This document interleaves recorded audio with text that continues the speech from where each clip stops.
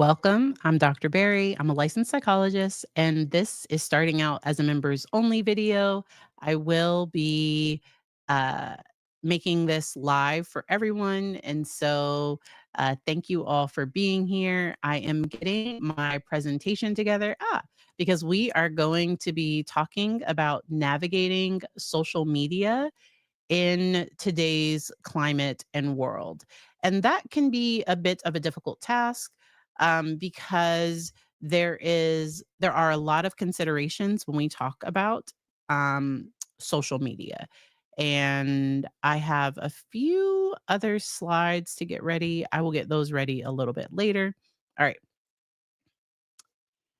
What we're going to be talking about are the positive impacts of social media and the negative impacts of social media. And then lastly, we will talk through some strategies for healthy use. And for some reason, my PowerPoint is looking a little wonky, but that is just what's happening here. And so we are going to continue this. And this is my practice. So I am giving this presentation in real life uh, next Saturday. So next Saturday, I will not be live here on the channel. I might do something on Sunday. We will see. Stay tuned for all of that. But and I like that we're talking about this topic. Um, because there is a lot going on in the world. And so technology can both be helpful and it can also be harmful. It can be exhausting and it can also be incredibly energizing. It can be connecting and it can also divide us. And that is going to be one of the things that we really dive into a little bit deeper today because I don't want to say that technology is all bad. And you all know I create content on social media and I'm not saying like it can be helpful. I use social media in my own life, um in my work. So I started on TikTok because a client was asking for TikTok resources. I kept giving them YouTube videos and they were like, "I need you to download TikTok." And at the time, so this was back in 2020, I was like, "I am too old for some app that's for children." And my client was like, "No, it has there are therapists on there just like you that create content. I really think you know, you c I think it would be good for you to have."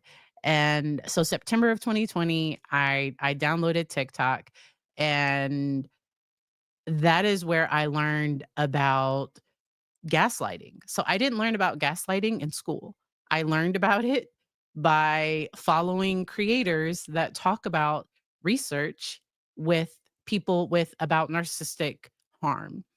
And I learned about um a lot of the common words that clients were using, but I didn't know. Words like time blindness, where individuals with ADHD can easily lose track of time. I found all of those things through social media and not in a continuing education class or something like that. And so staying up on research, technology has been really helpful. And yet there is misinformation out there about mental health. And that's why I create content to try to provide ethical, research based information. And if I don't know, I will say I don't know. If I make a mistake, I will make a correction I will correct myself if something is wrong. But I want to make sure that I'm providing accurate information because there's some information on social media about things like ADHD or narcissism. So something that says 3 signs that your partner might be narcissistic, but it's 3 like they argue with you and they forget your birthday and they I don't know, like there are 3 completely generic things that apply to other things besides narcissism. Like, ooh, videos like that can be harmful, and sometimes they come from licensed providers. And so that's where people creating mental health content have to be careful to make sure that it's accurate, especially if they have a license, if they have degrees. And cre- technology, social media, it can be incredibly exhausting. It's easy to get lost in the midst of an algorithm. I work with a lot of people, and I myself have been like, oh, let me just get on this social media app for a moment. And then an hour later, I've been doom scrolling and I haven't been aware how this technology is impacting my mental health and how I'm feeling and how I'm doing. And so, making sure that people are aware of the impact the technology they're using is having on them. I I love seeing funny videos on social media. There was this series about the group chat. If you're on TikTok, you know what the TikTok, what the group chat, there's a woman on there that created a fake group chat scenario where she performs as different characters, and that made my day. Finding that creator and just laughing and getting a good laugh. Like, there are times that social media, you can be energized in the midst of it. There are times that you can connect with your community. I have connected with so many therapists that are doing things different, that are making sure that they're creating safe spaces for their clients, and I feel more connected with some of those therapists than I have with some people that I've connected with in real life. Not all of them, but just we've connected on different values. We've connected on um, things that are important to us. And I would have never found that community if it wasn't for social media. And at the same time, social media you can find your corner. So the algorithm knows the things that you're gonna respond to, either positively or negatively, and it's going to feed you what it thinks you want. So then you might be missing out on information, creators, content, that otherwise you wouldn't really see. And so, I think keeping an open mind can be really important. Alright. So let's talk about some positive impacts of social media. As I mentioned before, there can be education. There can be things that people learn. I know of a English teacher that she has millions of followers on TikTok, and what she does is she just provides general education about grammar and the English language, and I think she's retired because she's monetized her account where I don't think she has to work anymore. And, if there's something that I'm interested in learning, if I have to fix the faucet in my bathroom, I will go to YouTube and search, okay, how can I fix this faucet? There will be a plumber. Somebody, well, they say they're a plumber. I hope they're a plumber. There will be somebody that walks through the process of how do you troubleshoot, fixing this thing. And granted, if I make a mistake, if there's a problem, I will have to call a real plumber. But having that education available can be really helpful. I will also say that being able to express yourself freely, being able to have a space where you can talk about the things that are important to you. Here on my social media, especially YouTube, being able to share my thoughts on legal cases, on random things that are important to me, and finding a community that um that we're able to go back and forth and learn from, and for me to say what's important to me. Now, with that freedom of expression, there is a risk. Before I worked for myself, I wasn't as vocal with a lot of the things that I think, a lot of my personal opinions, because my personal opinions could have reflected negatively on the organization that I worked for. And that organization could have said, Patrice, the school system saw this video and they don't like it and they need you to take it down. And so I love working for myself because whatever I put out there, it represents me, it represents my brand. If there's something that I maybe put out there and then I'm not comfortable with later, I can always take it down, but there isn't some other entity telling me what to do and what not to do. I will also say that I am licensed by the Board of Virginia. And if there was ever an issue where I needed to address something, there is technically somebody over me that could have a say in what I do and what I don't do. I try to make sure to provide education in a way where I'm not arguing with commenters.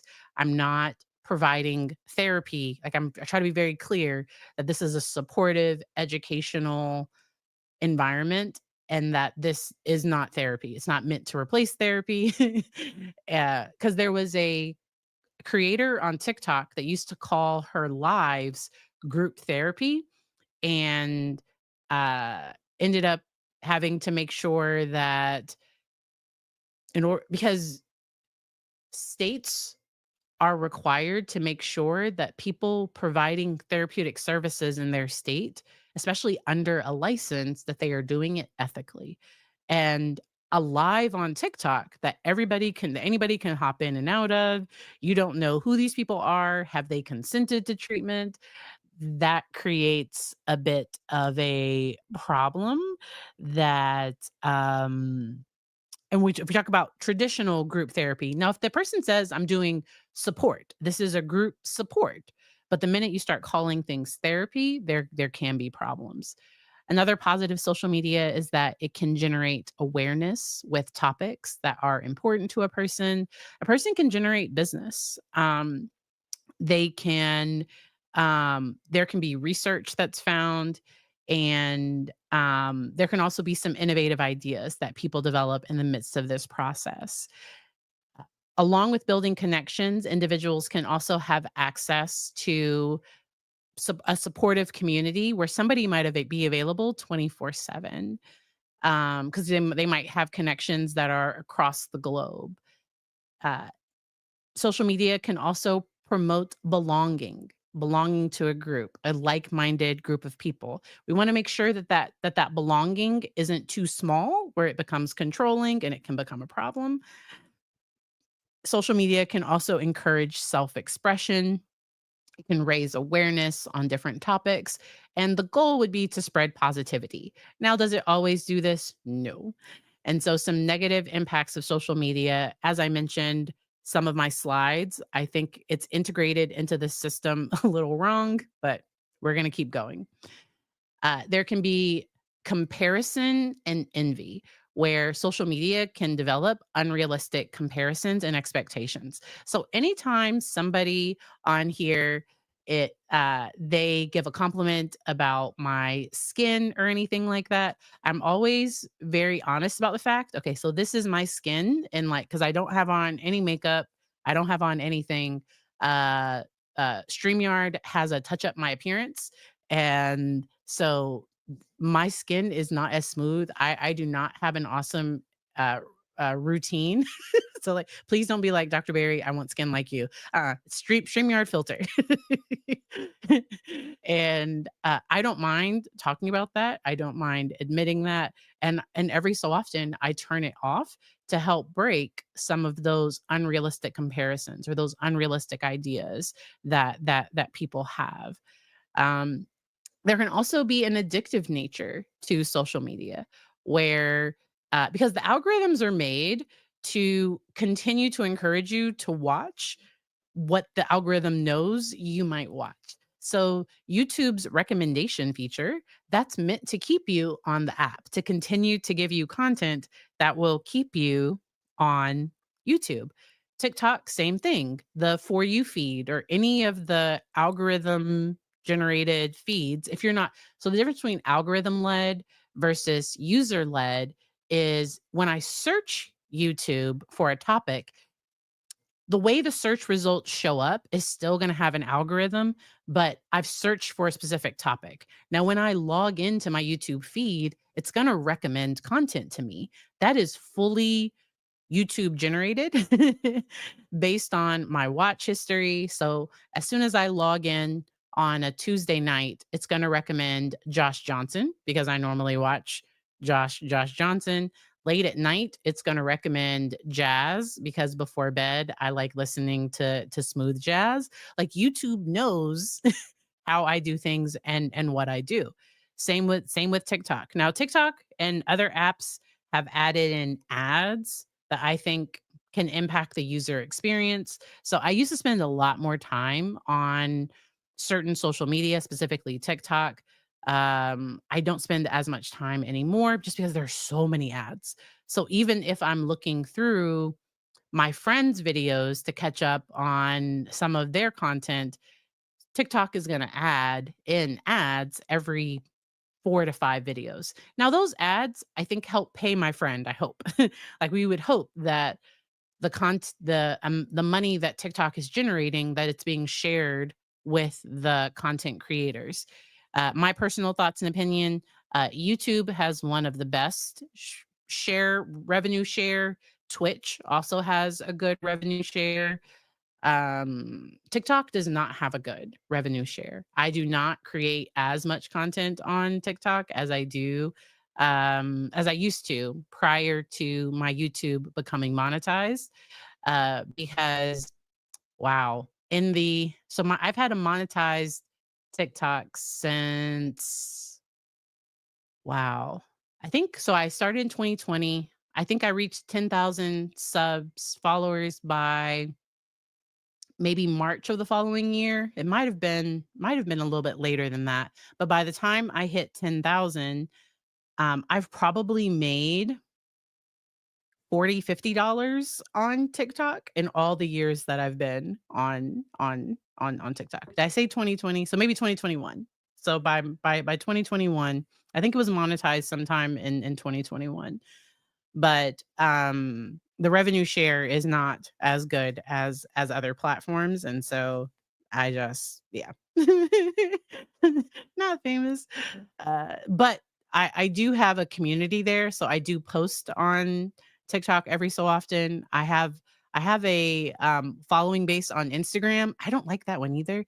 Uh, I do post on Instagram maybe like once a month, but I am not a fan. The thing I liked about TikTok is that it seemed more real. Like people post with their hair looking a mess, and they show their house looking a mess. Like TikTok felt more authentic. Instagram felt very curated. It felt very beautiful and aspirational, and it didn't feel authentic to me. Um, there are people that follow me there, so I do put out content every so often, but it's not one of my favorite platforms. All right. Let's see. Let's get back. All right. So social media can increase anxiety and depression. So if a person is worried about the state of the world. So recently there was a bill that was passed, and I work with a lot of clients that are on Medicaid. I know this coming week I'm going to be supporting a lot of the clients that I work with about just how they can prepare for any possible changes and how they can find some peace in the midst of any uncertainty. That'll be my goal this coming week. I do not watch a lot of the news. I do not watch a lot of political um, content uh, because it just raises my anxiety, and I need to be in a safe space to be able to help the people that I work with. What I do is I read my news. So instead of viewing it on social media or viewing videos about it, I read articles. That's how I stay up to date with current events because watching it increases anxiety. Um, there can also be this fear of missing out. So when I get on for me, it would probably be Facebook. For younger people, it might be Snapchat. But when I get on social media and I might see friends getting together, or I might see somebody celebrating, or somebody traveling, or somebody doing all these things, there can be this sadness that comes up with seeing other people. There can be a almost envy or jealousy that can come up. I'm happy for people that get to travel. So a mutual of mine on Instagram, I saw that they just took their kids to Tokyo, and I think that is so cool. My son's first international trip was Jamaica. I would love to take my kiddo to, overseas. And seeing that friend doing it, it doesn't make me think like, why me? It doesn't make me sad. Um, but if I all day, if everything I saw was other people traveling, that could negatively affect my mood. And so that's why being aware of how social media affects your emotions can be really important. And it can also affect sleep.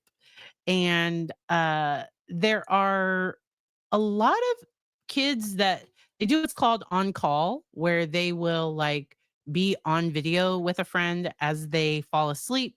Some people find that comforting. Some people, they're getting notifications all night and they don't take their, so they don't put their phone in do not disturb. My phone does not make noise between 11 p.m. and 7 a.m. And if my phone starts making too much noise, if I start getting too many notifications during the day, I put my phone in do not disturb because or I will shut down notifications if I'm getting too many. So making sure that social media doesn't affect and disrupt sleep, I think that's really important. Now, I'm a person that does look at my phone before bed. So there's something called sleep hygiene, and it's recommended to not look at your phone 2 hours before bed. That would disrupt my, Netflix viewing late at night, so I love taking a look at that late at night, and, so I'm usually on my phone, sometimes, like, in bed, like, right as I'm about to go to bed. So I'm the psycho and I'm admitting it to you all, and I admit it to my clients and they say, "The screen, it's not good for your brain, it's not good."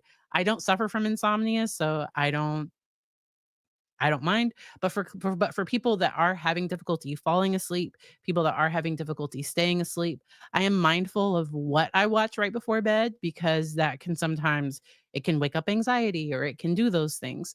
And so people do have to be aware. So I don't doom scroll social media right before bed because you never know what you'll see. You will never ever know what you'll see. And I think two things can be true at the same time. There are aspects of social media that can be negatively affecting things. And I do think that there are positive things that come out of social media too. Because I think YouTube is technically social media. And so YouTube, Instagram, Snapchat, I'm not on Snapchat. I was too old. So I told y'all I thought I was too old for TikTok. I was able to figure out I loved creating content there.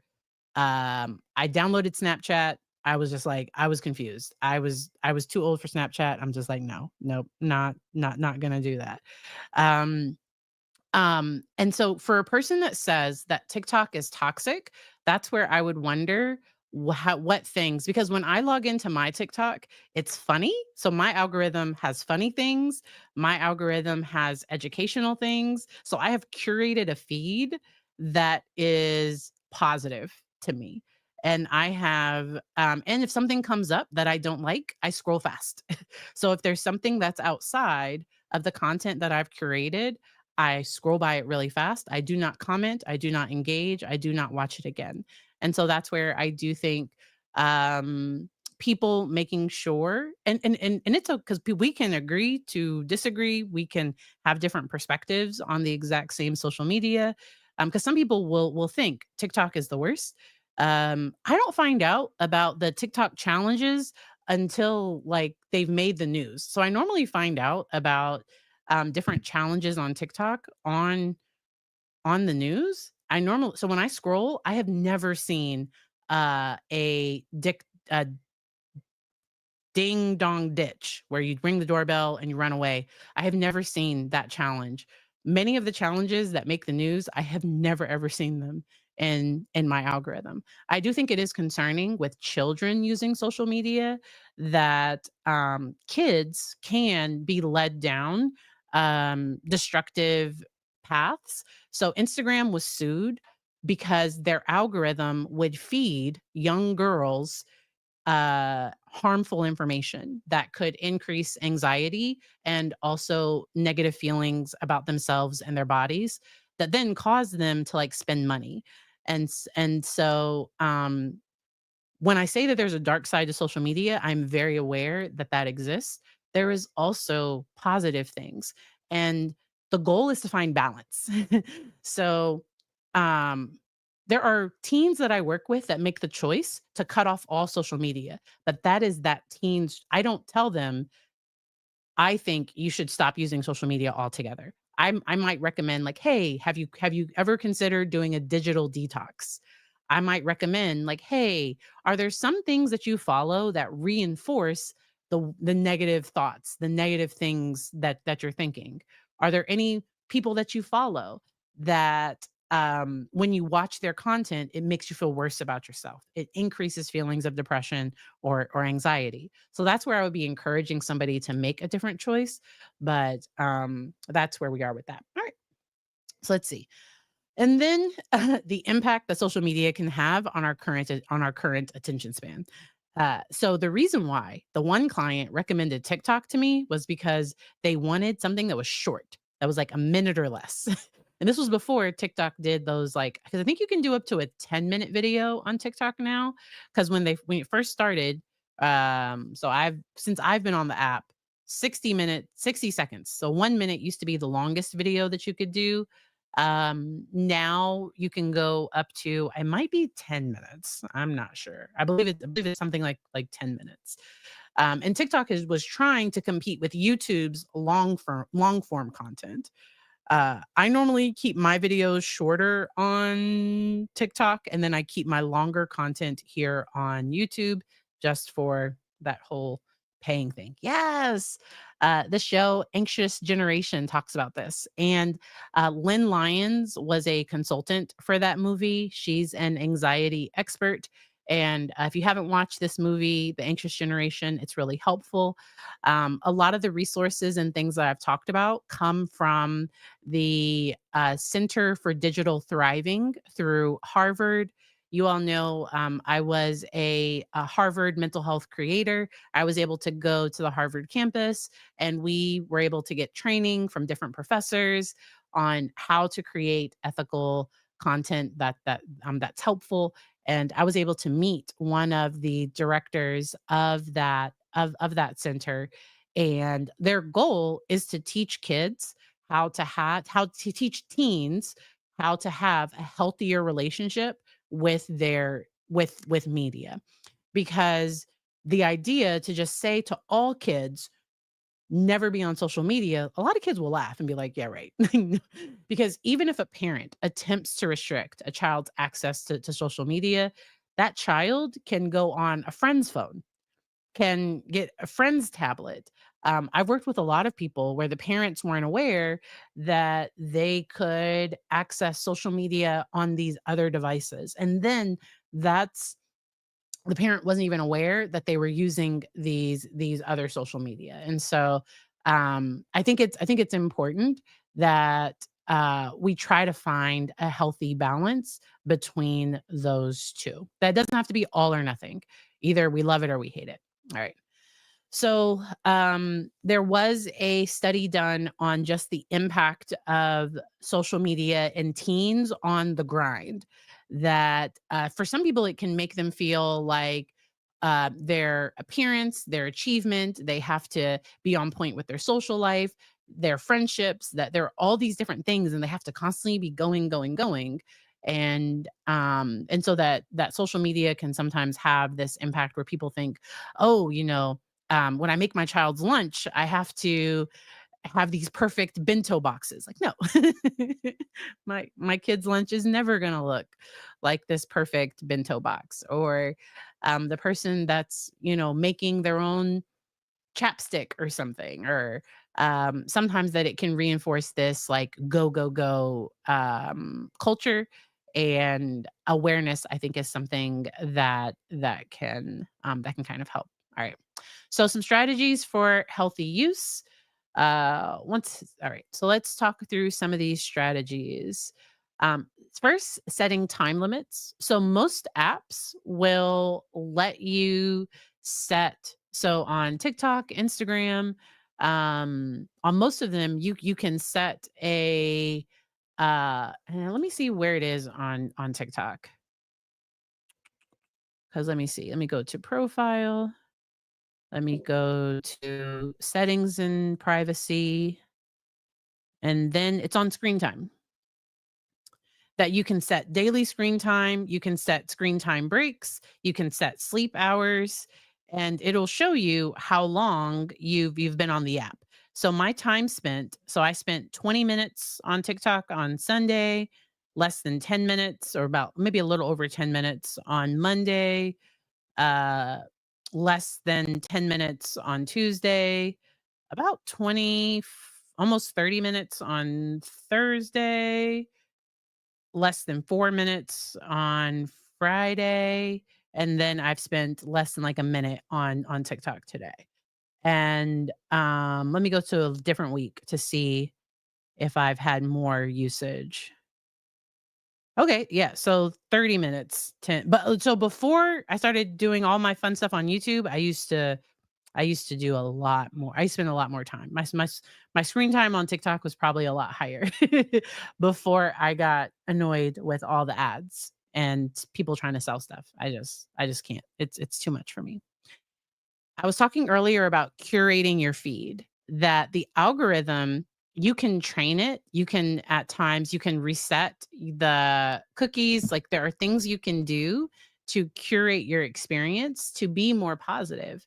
If your current experience is really negative, if you're not having a good experience on a platform, you can also delete. So like I have nothing against if people are like, hey, this platform, I don't like it.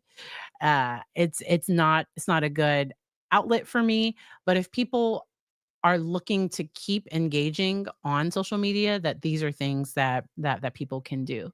You can turn off notifications. So I don't like it on my phone when it says I have like four.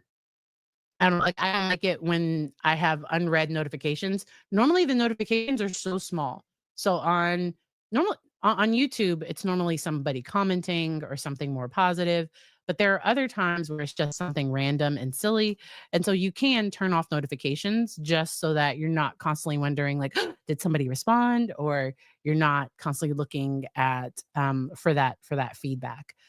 We wanna practice mindful usage where I'm being aware of how my use of social media is impacting me physically, emotionally, and all of these different ways. How is my usage impacting me? I also want to encourage face to face communication, being in real life, in real community with people in my everyday life. There's some people in more rural or smaller communities where this isn't possible, but if it is possible, so instead of me um I'm laughing a little because yesterday I took some time to connect with some friends that I haven't talked to in a while. Now, I was at Busch Gardens, I mentioned that earlier, and so I just would text some friends just to say hi, uh, and it would have been great if we could have gotten together face to face, but I at least text them. Um, Social media, so I could have sent them like a GIF, like something funny. I could have sent them a video, but be engaging with people face to face, especially with your phones put away, that can be really important, especially families, especially with your partners, with your loved ones. Uh, um, phone addiction is real. And what I mean by phone addiction is real is that we can be constantly wondering what's on our phones. What are we missing? Or like, did anything happen? I have so my watch gets notifications and my phone gets notifications. And being able to shut those notifications down, being able to have times where I'm just with my family, that is important. It's something I have to intentionally do because it's not something that comes natural. Because I like to go, go, go. I like to be so social media is a distraction for me. Uh, s- Distraction in small doses can be a healthy coping skill. The problem is when the distraction becomes procrastination, when the distraction becomes avoidance, when the distraction becomes something negative. And so, in small doses, distraction can be a nice thing. But if you start using it too much, if it's my main coping skill, that's where it can cause problems. We want to try to work on healthy sleep hygiene. I told y'all I don't do that, but like I know it's a recommendation. I put it in here anyway.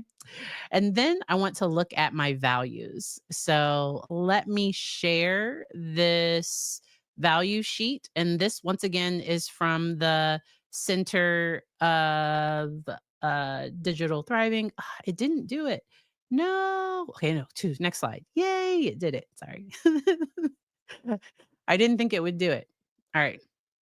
So what this has, and you can download this if you type in Harvard Center for Digital Thriving uh, um, values, this activity will come up, and the different values are often. Oh, there's also a free app.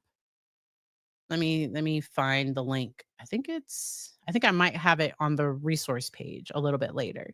And I'll try to put the link down in the description as well. I will do my best to remember to do that. But with this value sheet, I want to see, all right, with my use of social media, which of these values are most important to me? Authenticity, and emotional health, independence, open-mindedness, privacy, balance, gratitude, justice, physical health, spirituality, connection, hard work, kindness, and presence. So of those values, which is most important to me right now, which is important to me right now, and which of these are less important to me right now. And then once I go through that process, I then want to um I want to say um because sometimes I might say that authenticity is important, and then I might find that I'm not being authentic. And so is my use of social media, is it matching up with these values that I say that I have? And because when there's a mismatch, when that doesn't happen, that's when there can be this cognitive dissonance. That's where there can be this disconnect with what we say we want and with what we're actually doing. All right. And then there are thinking traps. Let me share this one. This, once again, also comes from the Center of Digital Thriving. These are, and these are common in, so they didn't make these, but they talked about how it can relate to social media. So these are common thinking traps: mind reading, labeling, all or nothing thinking, personalizing, negative filter, fortune telling, and shoulds. And so any of these thinking traps, we falling into these, so it doesn't only relate to social media, it could also relate to my relationships, my work friends. It could relate to any situation, but mind reading is when you assume that you know what someone else is thinking or feeling. So even as a psychologist, I can't read my husband's mind. And there might be a time that I'm like, I wonder if he's mad at me. And I might have to ask him like, are we good? And we have and he knows me well enough that like, hey, if we're not good, you need to tell her because I'm not gonna guess. I'm not the one to think, like if you're in a bad mood, I'm automatically gonna think it's me. Nope. If there's a problem, you're gonna have to tell me. And so but mind reading can happen where you assume that, okay, because this friend didn't respond to my text, she must be mad at me, and she might just be busy. So the trap doesn't consider other more positive alternatives. Labeling is when you use negative labels for yourself. So if my photo doesn't get a lot of likes, this means I'm a failure. So the labeling would be failure. So when I post things, so there are videos like this video, it might get, once it's made public, it's probably going to get less than 1,000 views, which is like not that's not a problem. I don't do this video for with the intent of um having a certain number of views on the video. I think this content is important, and so that's why I want to put out the content, and the number of views doesn't say whether the video was good or not. Because I have a video, so one of my most viewed videos is one that I don't like that much. So, my video on Dr. Lewis, the Letitia Stout trial, like, I was over there, like, wanting to now, I was very reactive, and the testimony is appalling, and it makes people wanna comment, and so the video got a lot of engagement, but that is not one of my favorite videos. So I did a follow-up video where I just without any triggering Dr. Lewis testimony, I just talked about the case and the trial. I like that video more than the video where Dr. Lewis just, like, talks and I look confused. I don't like that video. And, so what I've learned with social media is what I like and love, the audience might have a different reaction to it, and that doesn't make my value. So my value is not tied to the number of views a video gets. If a video gets 50 views, even like a public video that only gets 50 views, if I like the video, that video is going to stay on my channel. There are other creators that if a video doesn't get a certain number of views, they will private the video. Or there are kids and teens that if they post a photo and if it doesn't get the amount of likes that they want within a certain period of time, they will feel like there's something wrong with them, that they're not pretty enough, or that they should have posed in a different way, or and that can having that type of relationship with social media can be very toxic, and it can be very troubling. All right.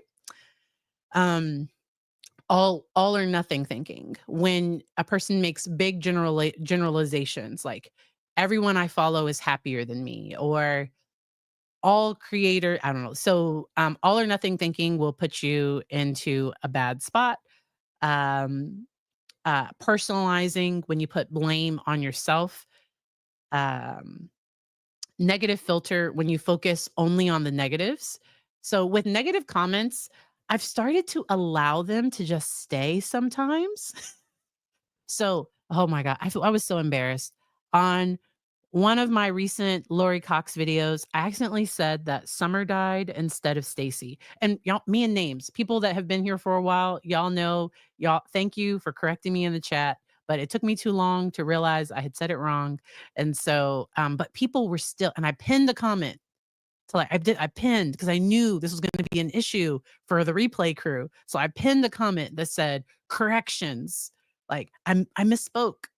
I said Summer. I should have said Stacy. And there were still people in the comments that like so and now they probably just went to the comments and they didn't even read that pinned comment. And I didn't delete their comment because they politely said it was it was Stacy, not Summer. And it wasn't like they said it as long as they said it and like and it wasn't mean or anything towards me, okay. And even if it's a little mean, sometimes I'll let it stay. I don't know. It is what it is. But negative comments, there are times that I just delete them. If it bothers me that much, there are times that I don't mind, and it's just it stays. And I look at it as engagement because YouTube thinks they like me or that they want more of my content if they comment on it, and so it feeds the algorithm. There's another creator that when people leave negative comments, they put, like, dollar signs and, like, a happy face, like, "Okay." And so, if you don't like content, please do not comment. Do not engage with content that you don't like because the algorithm will continue to feed you more content like that because it can't tell the difference between you leaving a a sarcastic comment, even if you push the do not like button on it, but you still comment and you watch the whole video, the algorithm is because the algorithm just wants you to stay on the app. I do hope that eventually there is legislation where social media companies have to be more honest about their algorithms, or they have to put safety features in place, especially for children, because it is a little scary that a child can just be innocently searching for something and then can end up down like a radicalized, like dark hole relatively quickly, like within sometimes up to 5 to 10 minutes based on certain searches and based on how they watch certain things. And so I do hope that in the long run that things do get better. It's all capitalism, and so I don't know if it will, but all right. All right. So let's see. All right. Thank y'all for letting me do this. I appreciate the practice. All right, I'm gonna keep going. So we did fortune telling. Okay, when you assume you know what will happen and then that it's going to be bad. So an example of that would be I sent a text when I was angry and now that friend will never talk to me again. And instead of saying, oh, I sent that text, oh, like, how can I repair it? So instead, the fortune telling, I'm already doom and gloom, assuming that it's going to be negative when I haven't seen what the outcome is actually going to be. Shoulds, oh, social media is big with shoulds. So that I shouldn't care how many likes I get. I shouldn't be upset that blah blah blah. I shouldn't whatever the should is. I like to turn my shoulds into I want to. So if I want to not care about how many likes I get, then I want to instead of should. Should can come with this blame or shame. And so that's why we want people to be careful with that. All right. And so we talked about values and addressing cognitive distortions. So the resources for this Center for Digital Thriving, as I mentioned, that was Harvard. And there was a book by y'all know me and names. There we go. By Emily Weinstein. I believe I met Emily. I don't think I met Carrie. I think I met Emily. I'm bad with names, and so I met one of the 2 of them. But there's a book called Behind Their Screens: What Teens Are Facing and Adults Are Missing by Emily Weinstein and Carrie James. And their book is meant to just help provide parents with tools and information about how they can support their teen having healthier social media use. And then I found a university that had like a digital thriving commitment.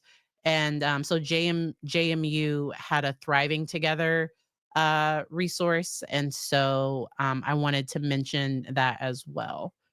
That part got cut off on this. Here are my references. I will copy and put these inside of the description of the video. Do y'all have any questions? Let me go back. Thank you for the super chats. So I was trying to do the presentation, so that's why I ended up doing that. Sorry. What can one do when they're eagerly anticipating hearing news and waiting for the phone to read?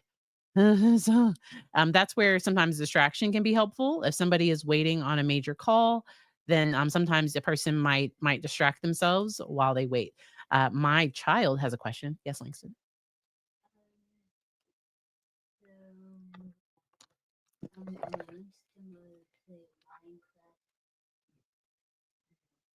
Okay, so just give me 10 minutes and I'll be done here, okay? And I can log into Minecraft on your laptop, okay? Good job. 10 minutes. That would be 3:48, okay? All right. And then Christy made a comment that made Sarah's year. All right, let's see. Any questions that y'all have? Let's see.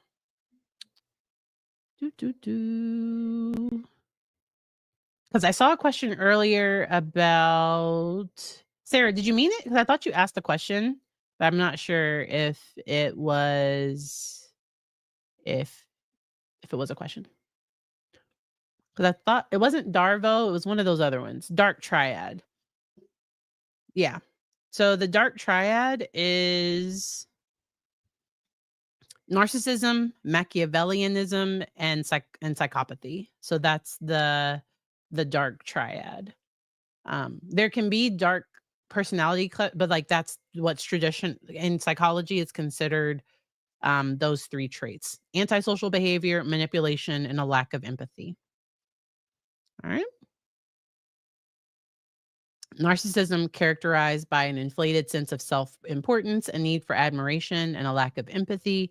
Machiavellianism, involving manipulating and exploiting others, often with a cynical view of morality and a focus on self-interest. And then psychopathy, marked by a lack of empathy, antisocial behavior, impulsivity, and a disregard for rules and social norms. That is the dark triad. All right. Let me know if y'all have any questions. All right. Mm, I I appreciate you all. Today was a fun day. Like I said, next Saturday I will be in. I'll be doing a presentation, and so I will be back on probably Sunday. I am gonna dye my hair. I think tomorrow. If I get, I don't think I'm gonna get bored today. I think I'm gonna dye it tomorrow. So, and I'm gonna remember the additional blonde packet, so hopefully it looks very blonde. We will see. We will see how it looks. But, I appreciate you all. Thank y'all for listening to this presentation. I appreciated the practice. I feel very prepared for next week, and I will see y'all on Tuesday. Have a good one. Bye.